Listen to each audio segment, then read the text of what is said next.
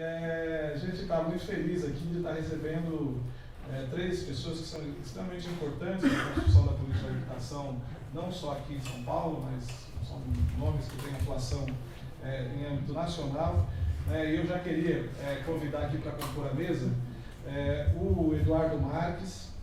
O Eduardo Marques é bacharel em Ciências da Computação, engenheiro, atualmente é professor do Departamento de Ciência Política da USP e é pesquisador do CENSEBRAP. O Eduardo há bastante tempo acompanha esses temas e produz informação para a gente poder compreender como é que funciona nossas cidades. Então, fico muito feliz, agradeço a sua presença aqui, Eduardo.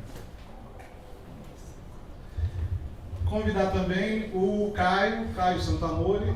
O Caio é arquiteto, urbanista, mestre em estruturas ambientais pela Faculdade de Arquitetura da USP, professor da USP e é da PABIRU, Trabalhos Comunitários, que é uma assessoria técnica que trabalha prestando assessoria aos movimentos organizados na produção de habitação de interesse social. Muito obrigado, Caio, pela presença. Vamos fazer aqui um bom debate.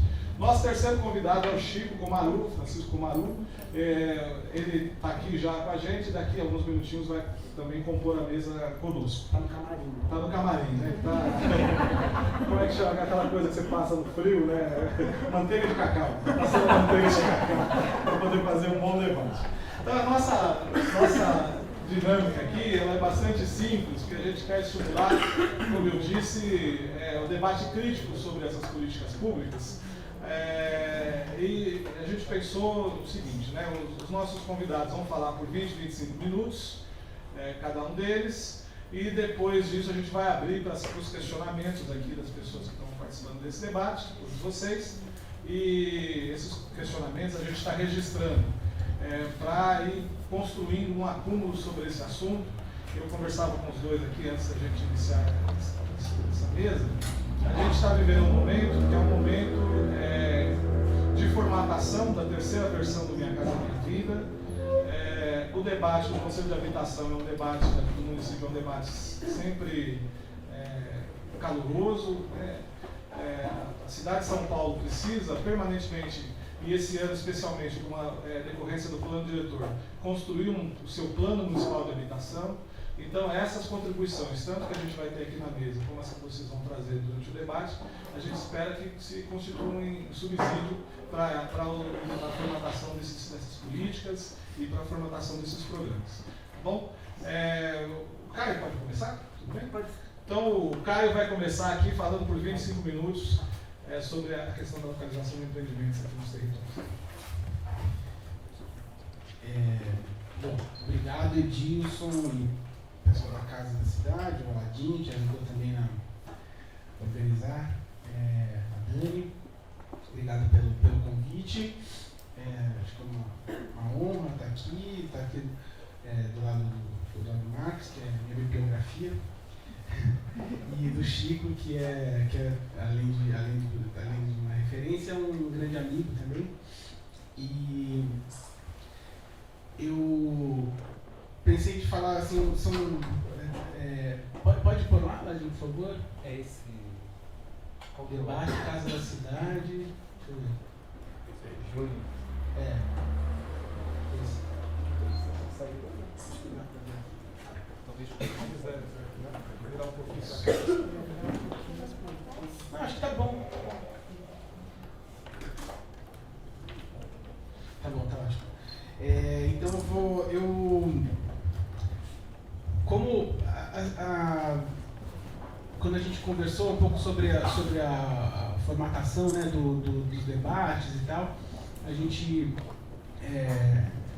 que era um debate também sobre autogestão, sobre culmina, né, no último debate, uma conversa sobre autogestão, a gente conversou um pouco que era importante a gente, nesse momento, pensar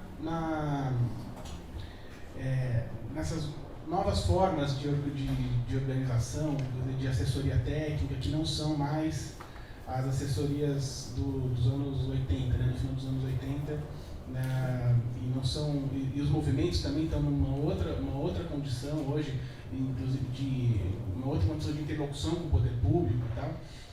E que eu vou mostrar aqui trazer alguns conceitos mais gerais, assim, pensando que também a gente está num público bastante diverso, que tem gente que é mais iniciada no assunto, que conhece bem, e pessoas de outras áreas de formação. Pensar em alguns conceitos em relação à localização, e vou apresentar uns mapas de uma pesquisa que a gente na PEABIRU fez com a professora Sibeli Rizek, que é do IAU USP, né, da USP de São Carlos, num edital que a gente fez com o Ministério das Cidades, avaliando o programa, a modalidade entidades, Minha Casa Minha Vida, no estado de São Paulo. Então são alguns mapas que ajudam um pouco a problematizar essa questão da localização e da inserção urbana dos empreendimentos na cidade. Pode passar, Vadinho, por favor. Bom, então, aqui alguns conceitos que acho que ajudam a gente a pensar. Primeiro, vai dando... Assim, aí tá bom. Primeira questão da localização, né? Quando a gente está falando de como melhorar a localização, pensar que a localização ela é algo que não se repete na cidade, né? Só existe uma esquina da Ipiranga para São João, que foi construída socialmente, que foi construída, né, pelos trabalhadores e foi construída culturalmente. Então, essa ideia que acho que é importante da gente pensar na localização como uma situação única, né, e irrepetível. Acho que o exemplo mais claro disso é o ponto, né? Quando você passa o ponto, você não está passando o imóvel, mas você está passando justamente o local onde está aquele imóvel, né? Que tem a ver com uma série de investimentos que foram feitos naquele lugar, uma série de usos que tem naquele lugar, com uma mobilidade, como você chega, como você sai daquele lugar. E pensar na localização como também pensar que a desigualdade social ela se assenta num território. Isso, então, na leitura da cidade é possível você localizar, ter uma leitura macro do que é um bairro bom para se viver, um bairro pior para se viver. E os bairros bons para se viver são geralmente onde moram os mais ricos, e os bairros piores são os bairros onde moram os mais pobres. Então são um pouco esse pensamento mais geral da localização. Pode passar. Uma outra discussão que eu acho que é importante é da relação centro-periferia. O senso comum e muitos textos acadêmicos vão lidar com a localização melhor é aquela que está mais próxima do centro, e a localização pior é que está mais na periferia. E só que a cidade dos anos presentes, né, ela é muito mais complexa do que isso, né? Essa relação centro-periferia ela já não dá conta, né? Essa leitura, um centro bem equipado, uma periferia mal equipada, ela já não dá conta de explicar a complexidade que é da cidade. Quer dizer, pode passar. A periferia, então vão aparecendo um monte de conceitos de semi-periferia, hiperperiferia, periferia consolidada, como espaços que se consolidaram, que se equiparam. Então, a gente vai ver uns mapas aqui, a cidade de Tiradentes, por exemplo, ela está cheia de escola, falando, não, um lugar desprovido, sem infraestrutura e tal. Não é isso mais, né? Então, as relações na cidade, elas estão muito mais complexas. Há, lógico, uma condição de várias centralidades, é um jargão relativamente recente que urbanistas e arquitetos têm se utilizado, né, que dão conta, por um lado, de focos de valorização do terreno. Então, o Brás é considerado o primeiro subcentro do município de São Paulo. Mas em cada bairro você vai ter pontos de centralidade, né? onde vão ter concentrações de equipamentos públicos, concentrações de equipamentos de mobilidade, né? No terminal de ônibus, no terminal de metrô e tal. Isso vai determinando focos de valorização e desvalorização do terreno. Pode passar. E que eu queria trazer um pouco essa discussão de centralidade, que o termo centralidade como um espaço, como uma área que não é exatamente um centro, mas é um estado ou condição de centro, né? E é um termo que tem sido usado bastante, mas que tem pouca discussão sobre esse conceito propriamente. O plano diretor de 2004 definia centralidade polar e centralidade linear, que do ponto de vista geométrico é uma coisa meio estranha, né? Tem uma centralidade que é linear, mas que são regiões da cidade que têm uma concentração maior de equipamentos e de uma diversidade de usos, e geralmente estimulados por um grande equipamento público, né? Então eu discuti um pouco o que é essa centralidade, né? esse termo de centralidade. E o outro conceito que eu queria tratar com vocês é da inserção urbana olhada em várias escalas, né? A gente tem a Caixa Econômica Federal, quando faz uma avaliação de um terreno, por exemplo, ela tem lá um checklist para dizer se aquele terreno está bem ou mal inserido. Tem transporte público? Sim. Tem sim ou não, né? Tem equipamento? Tem. E como essa proximidade olhada em várias escalas, ela vai apresentar algumas diferenças, né? Então, as escalas então, a inserção urbana como mais do que uma lista de equipamentos que estão próximos ou distantes dos empreendimentos, dos terrenos dos empreendimentos. E, para discutir isso, pegar alguns aspectos da nossa pesquisa, uns mapas da nossa pesquisa, que vai mostrando que a inserção urbana não é só a inserção do terreno na cidade, mas é também a inserção das pessoas na cidade, a partir da pesquisa que a gente fez, uma pesquisa de cunho etnográfico, que a gente foi atrás de alguns beneficiários do programa, do Minha Casa Minha Vida Entidades, e analisou um pouco as trajetórias de moradia. Então, esses mapas acho que ajudam um pouco a gente fazer essas reflexões. Pode passar, por favor. Então, esse aqui é um mapa da região metropolitana, marcando os empreendimentos do Minha Casa Minha Vida até 2012, 2013. Então, o vermelhinho são os empreendimentos da faixa 1, da faixa de renda mais baixa, até R$ 1.600. A faixa 2 até 3.200, né? R$ 3.200, e a faixa 3 até R$ 5.000. Então a gente vê que tem tem uma concentração dos empreendimentos ao longo do eixo leste ali, né, indo para Mogi, tem outra concentração no eixo do ABC ali, né, no vetor sudeste, e como eu vou mostrar, quer dizer, agora nessa leitura macro a gente consegue ter alguma ideia de que os empreendimentos estão sendo localizados, os empreendimentos não estão localizados nos bairros que o Vilaça chama, tem uma sigla que é regiões de grande concentração das camadas de alta renda. Tem um mapinha que mostra aí.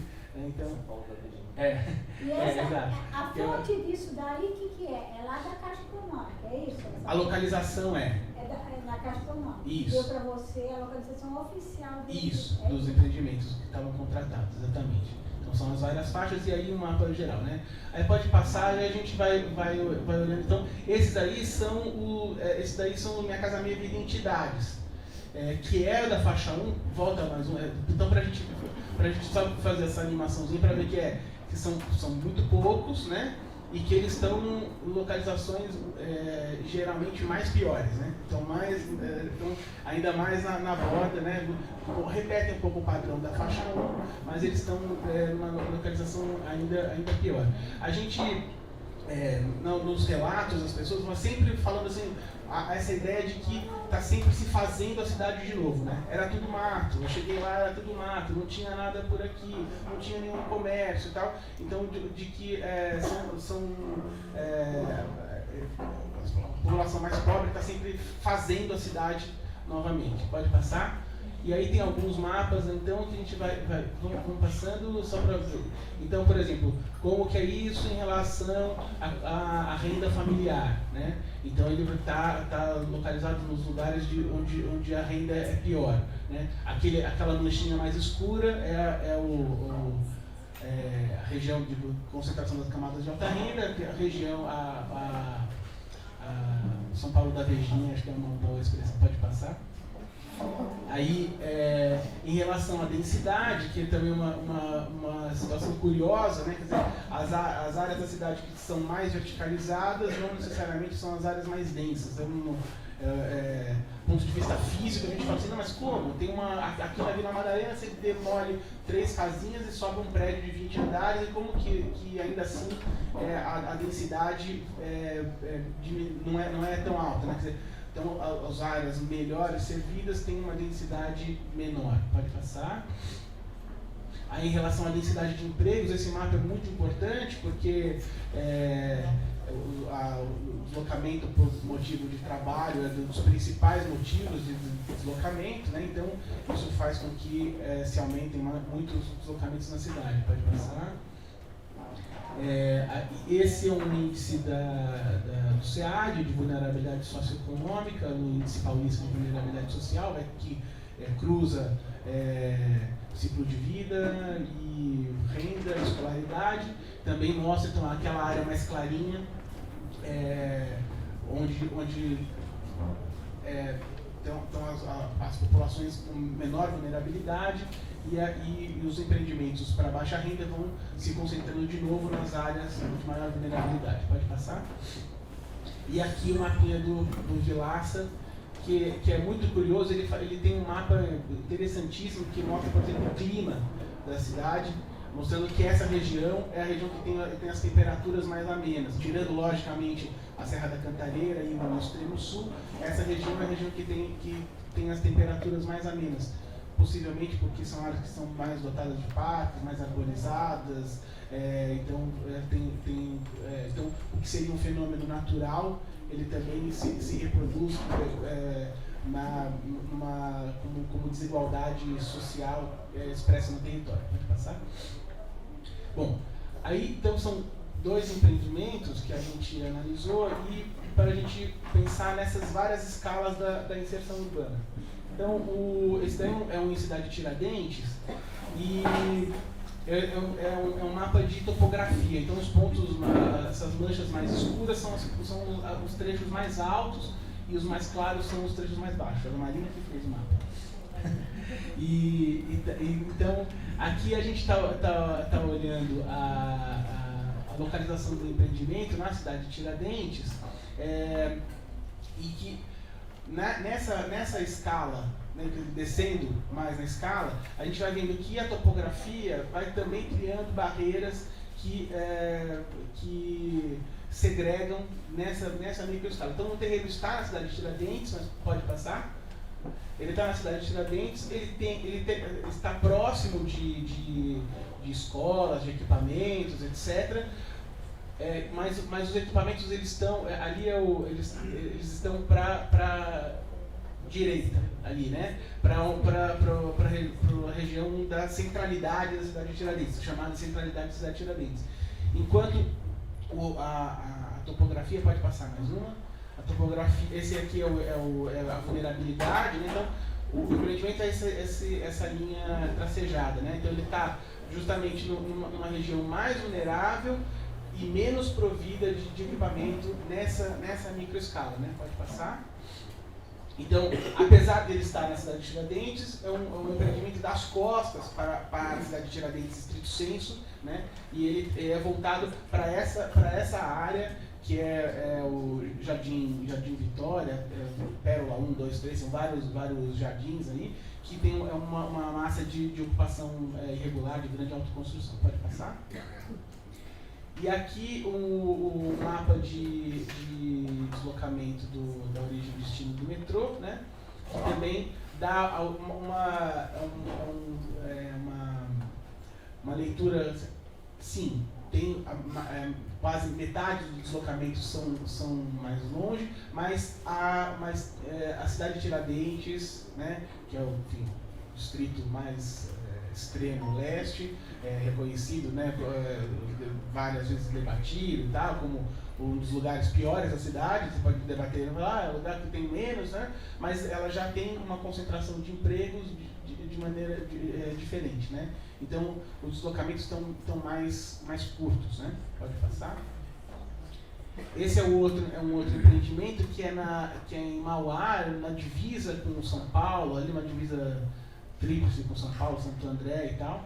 E a gente, esse não é um mapa de leitura urbana, tem grandes áreas de padrão de autoconstrução e tal, e ele está na beira dessa espécie de ponte de safena do Rodoanel, né? O Rodoanel passa mais aqui a leste, mas tem uma ligação com a Avenida Jaco Pêssego ali, e que é diferente do Rodoanel. O Rodoanel é uma rodovia classe zero, não tem acesso, só tem acesso pelas outras rodovias. Essa é uma via que ela é mais, tem mais acessos. Então, como o Rodoanel vai dando para a gente aqui um outro padrão, que o nosso padrão de expansão territorial é bastante radial, né, pelas avenidas, em geral avenidas de fundo de vale, e o Rodoanel vai mudando um pouco a cara desse lugar, porque você começa a ter uma expansão urbana que é perimetral, né, que ele vai ter um adensamento e tal, perimetral. Aqui ele está bem numa zona de transição, umas áreas, mistura um pouco de área rural e tal, com favelas, enfim. Pode passar? Aí o de vulnerabilidade, então como ele está, aqui é difícil de ler porque ele está nesse verdão, que é uma área pouco vulnerável, mas é porque tinha, na época do levantamento, ele tinha poucas informações, né? Tem poucas casas, uma casa não vulnerável acaba dando uma mancha grande assim. Pode passar? E aqui um pouco a cara desse lugar. Então, vários conjuntos ao longo do Rodoanel, ruas comerciais com esse comércio de bairro, esse comércio de periferia, comércio um pouco estruturado, uma região que é quase contraforte da Serra do Mar, uma grande quantidade de autoconstrução. Pode passar. E aí o mapa de deslocamento, Mauá tem uma situação diferente, porque esse eixo do ABC ainda é um eixo na cidade, na região metropolitana, que concentra muito emprego, então uma grande parte dos deslocamentos está nesse raio aqui de 5 km. Né? Pode passar? Bom, aí para terminar, pensar que, então, para desfazer um pouco essa ideia da inserção urbana como um checklist, porque ele tem várias escalas, pensar que isso tem uma escala que é metropolitana e tem a escala mais local e tem a escala que é da trajetória de vida da pessoa, né? Isso aqui foram entrevistas que a gente fez com alguns futuros beneficiários desses dois empreendimentos. Então vai mostrando situações onde as trajetórias de moradia dessas pessoas. Então essa personagem aqui mora ali na zona sul, né? Foi curioso quando a gente foi entrevistá-la, a gente passou pela Nova Palestina, aquela ocupação grande do MTST, né, para baixo do Jardim Ângelo ali, e ela falou assim, para ficar aqui não queria nem por R$100, né? Porque já é uma ocupação tão extrema, né? E são várias situações de moradia, com precariedades nos contratos de aluguel, precariedades nas relações e tal, e ao mesmo tempo próximo de uma rede familiar que toma conta dos filhos e que dá uma proteção para essa pessoa. Então ela está ali nessa região sul, né? E apesar de participar do movimento de reuniões e tal, ela não conhece qual é o lugar para onde ela vai. E ela vai para a cidade de Tiradentes, tem um deslocamento de mais de 40 quilômetros ali, né? E é interessante como isso não faz sentido. Você conhece? Não conheço, mas eu vou para lá porque é minha perspectiva de estabilidade na moradia, né?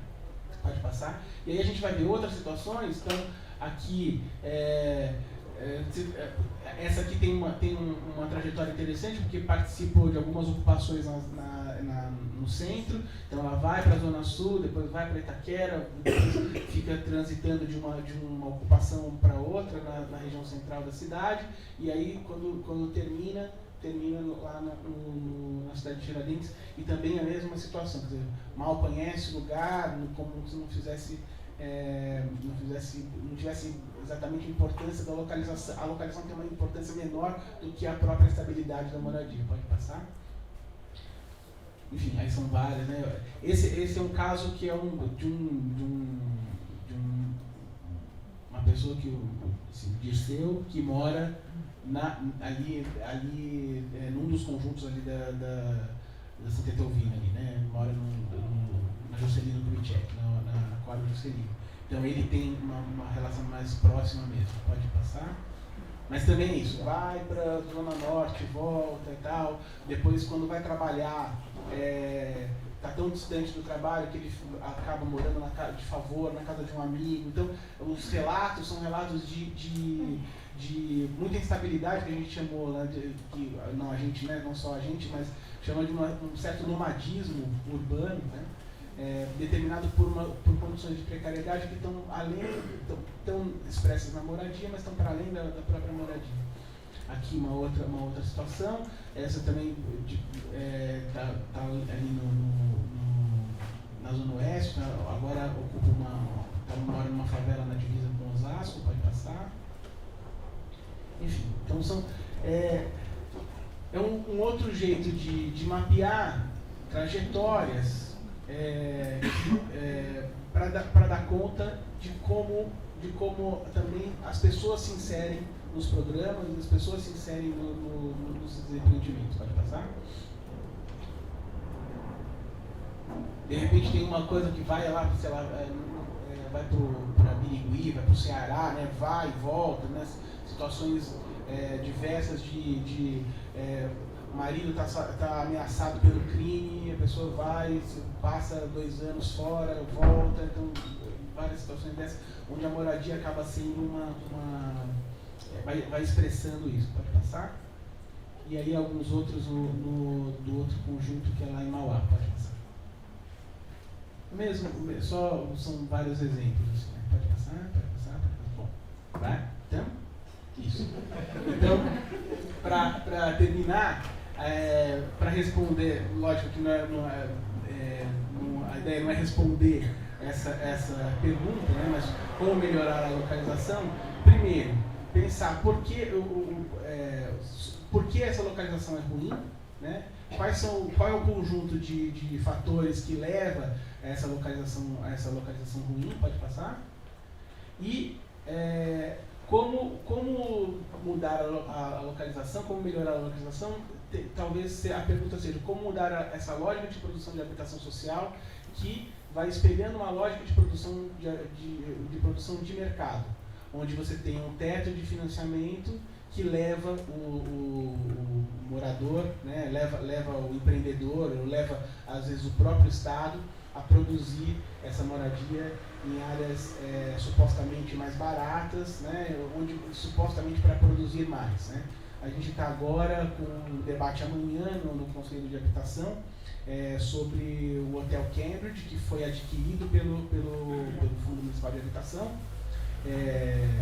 Rafa está ali, a gente escreveu um post no Observa São Paulo para um pouco problematizar esse debate amanhã no Conselho, O hotel foi adquirido pelo Hotel Cambridge, na 9 de julho, foi adquirido pelo Fundo Municipal de Habitação, e agora a proposta da Prefeitura, da Coab, é colocar esse edifício numa parceria público-privada para produzir, como se não fosse possível produzir habitação com recurso público ali, né? É o patrimônio público sendo entregue ao empreendedor para dividir a produção ali entre habitação do mercado popular, para mais alta renda, e de mercado para mais baixa renda. Então, acho que a gente está no olho do furacão aqui, nessa discussão, para pensar se é possível ter ajustes no Minha Casa Minha Vida 3, ou se precisa mesmo ter uma transformação mais radical para que a gente possa, de fato, produzir habitação em lugares que são realmente dotados de cidade, que essa ideia de que eu vou para qualquer lugar, ela vai perdendo força entre os moradores da periferia, entre os beneficiários do programa, entre as bases dos movimentos. Obrigado por isso.